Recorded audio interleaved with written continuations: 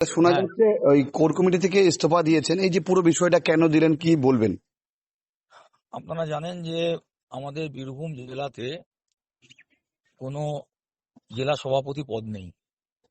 এখানে রাজ্য শীর্ষ নেতৃত্বের তরফ থেকে কোর কমিটিকেই দায়িত্ব দেওয়া আছে বীরভূম জেলা দল পরিচালনা করার ক্ষেত্রে। আমি নিজে দেখেছি গত নির্বাচনে, বিধানসভা নির্বাচনে কোর কমিটি ঐক্যবদ্ধভাবে সঠিক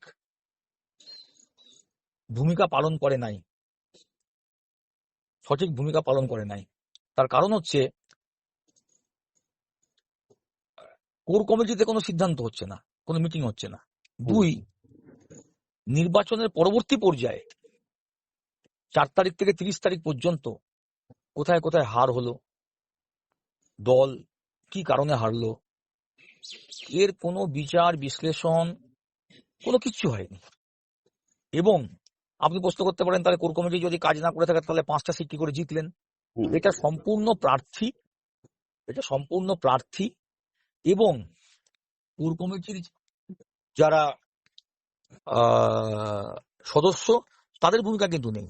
প্রার্থী, অঞ্চল সভাপতি, ব্লক সভাপতি, তাদের তাদের ভূমিকার জন্য জয়লাভ হয়েছে বা আমরা লড়াই করেছি।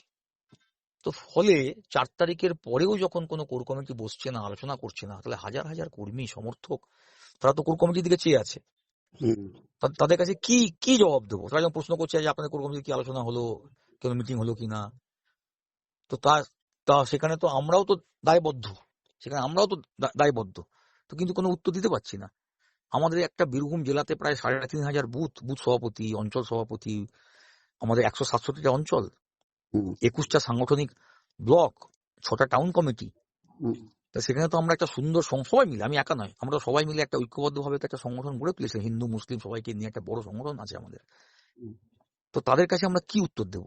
তো তাহলে যে কমিটি কাজ করে না, যে কমিটি নিষ্ক্রিয়, তাহলে সেই কমিটিতে থেকে তো কোনো লাভ নেই। যার জন্য ইস্তফা দিলাম, এখন সাধারণ একজন কর্মী হিসেবে থাকবো। শীর্ষ নেতৃত্বে কি কি জানিয়েছেন, মানে পুরো বিষয়টা কি বললেন?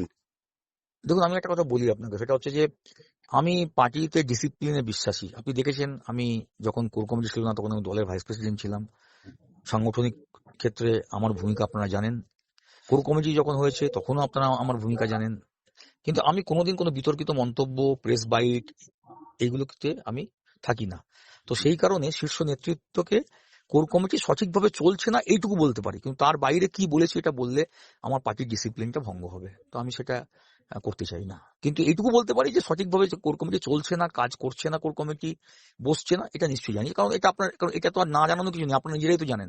আপনারা তো প্রতিটা কোর কমিটি মিটিং এ আসতেন, আপনারা তো প্রেস নিতেন, প্রেস তো কভার করতেন। তো আপনারা বলুন না, কোর কমিটি মিটিং হচ্ছে? কেন করছিল না, কেন করছে না, এটা কি কি মনে হচ্ছে সেটা আপনার? বলতে পারবো না, কেন করছিল না, কি যেন করছে বলতে পারবো না। এই যে বীরভূমে এত খারাপ ফল, মানে এটা নিয়ে কি বলবেন? না, দেখুন, একটা কথা আপনাকে বলি আমি, যেটা জনাদেশ, যেটা মানুষের রায়, এটাকে তো মেনে নিতে হবে। এবার খারাপ ফলের ক্ষেত্রে কোর কমিটিরও ভূমিকা আছে। ঐক্যবদ্ধভাবে বসে সবাইকে নিয়ে আলোচনা করে নির্বাচনের কৌশল সঠিকভাবে তৈরি হয়নি। যেভাবে পেরেছে প্রার্থীরা সেখানে গিয়ে তারা সেইভাবে করেছে। কৌশলগত দিকটাতে নিশ্চয়ই ত্রুটি আছে।